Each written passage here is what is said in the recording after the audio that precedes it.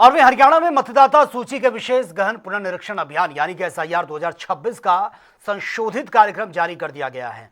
अब booth level अधिकारी जो हैं 24 जुलाई तक घर घर जाकर मतदाताओं का सत्यापन और आवश्यक दस्तावेजों का संग्रह करेंगे।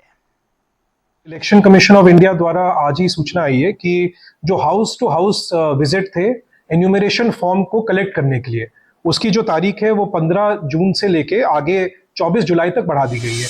यानी 24 जुलाई तक जो है जिनको भी अपना जो भी हमारे वोटर हैं जिनको एन्यूमरेशन फॉर्म दिया गया है वो अपने डिटेल्स भर के कंसर्न बीएलओ जब उनके घर विजिट करेंगे वो अपने बीएलओ से संपर्क कर लें और अपना एन्यूमरेशन फॉर्म और अपने फैमिली मेंबर्स का एन्यूमरेशन फॉर्म 24 जुलाई तक सबमिट कर सकते हैं। सर अभी तक की बात करें तो कितने फॉर्म भर गए हैं और कितने टोटल हैं?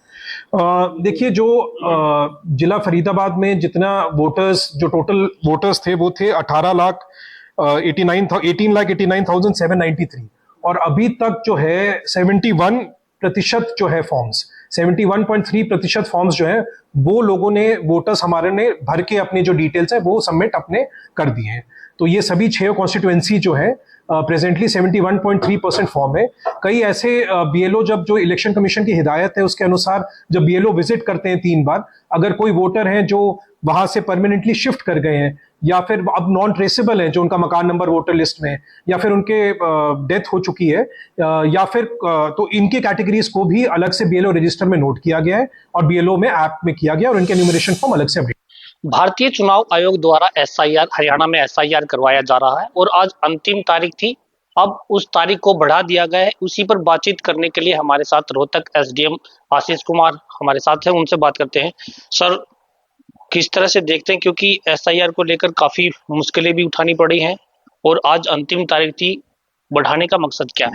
हाँ देखिए, जो स्पेशल इंटेंसिव रिवीजन है इलेक्शन कमीशन ऑफ इंडिया के द्वारा जो करवाया जा रहा है उसके अंदर जो आज की जो तारीख थी 14/7/2026 वो लास्ट डेट थी जिसमें इनोमरेशन फॉर्म को फिल करके डिजिटलाइज कराना था। तो उसकी अब माननीय इलेक्शन कमीशन ऑफ इंडिया ने उस शेड्यूल को रिवाइज किया है, एक अपॉर्चुनिटी और दी है जिसमें 24 जुलाई 2026 तक हम फॉर्म ले सकते हैं और उसको डिजिटलाइज करवा सकते हैं जिससे कि इलेक्टोरल रोल जो ड्राफ्ट पब्लिकेशन हो उसके अंदर नाम सुनिश्चित हो सके।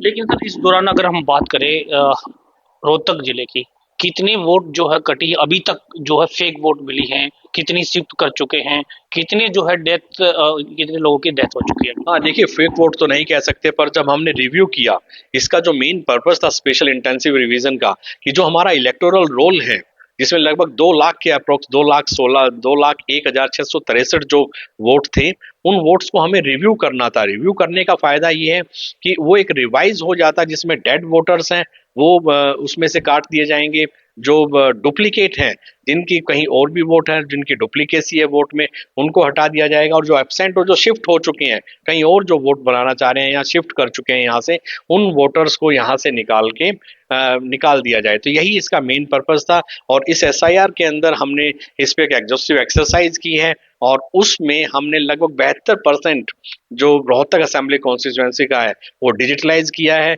हाँ, इसमें जैसा आपने बताया कि एक कमी रही है कि इसका डिजिटलाइजेशन और ज्यादा होना चाहिए था, इसमें और ज्यादा भागीदारी होनी चाहिए थी जो कि कम है। तो हम जितनी भी संस्थाएं हैं चाहे वो RWAs हैं या मार्केट एसोसिएशंस हैं या रेजिडेंशियल एसोसिएशंस हैं या स्कूल्स हैं कॉलेजेस हैं, उन सब से अपील करेंगे कि वो ज्यादा से ज्यादा इसमें पार्टिसिपेट करें और जहां पे भी जिस भी घर में एक भी अगर एनोमरेशन फॉर्म बचा हुआ है उस फॉर्म को बीएलओ को दिया जाए। अगर भरने में कोई दिक्कत आ रही है तो उस फॉर्म को हम भरवाना सुनिश्चित करेंगे, उसको लेके आएंगे हम उस फॉर्म को हमारे बीएलओज के माध्यम से।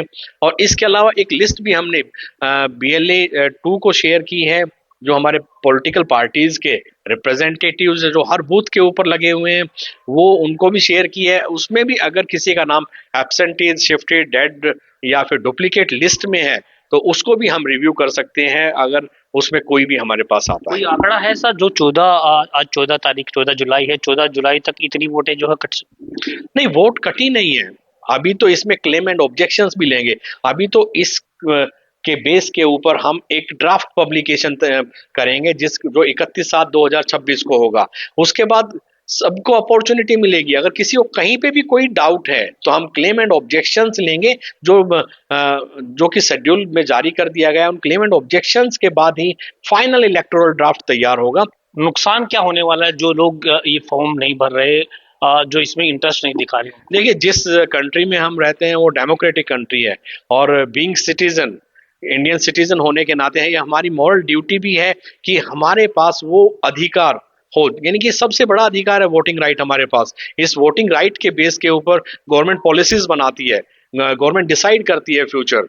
तो इससे बड़ा अधिकार कुछ हो नहीं सकता वोटिंग राइट से। तो इसमें भागीदारी आम जन की सुनिश्चित करनी चाहिए। जितनी ज्यादा एजुकेशन बढ़ रही है और जितना एजुकेटेड समाज होता जा रहा है, उसके अंदर ये सबसे जरूरी है कि वो अपने राइट्स को भी समझे, उसकी अहमियत को समझे, और ज्यादा से ज्यादा डेमोक्रेसी के अंदर अपना राइट सुनिश्चित करने के लिए अपना वोट बनवाएं।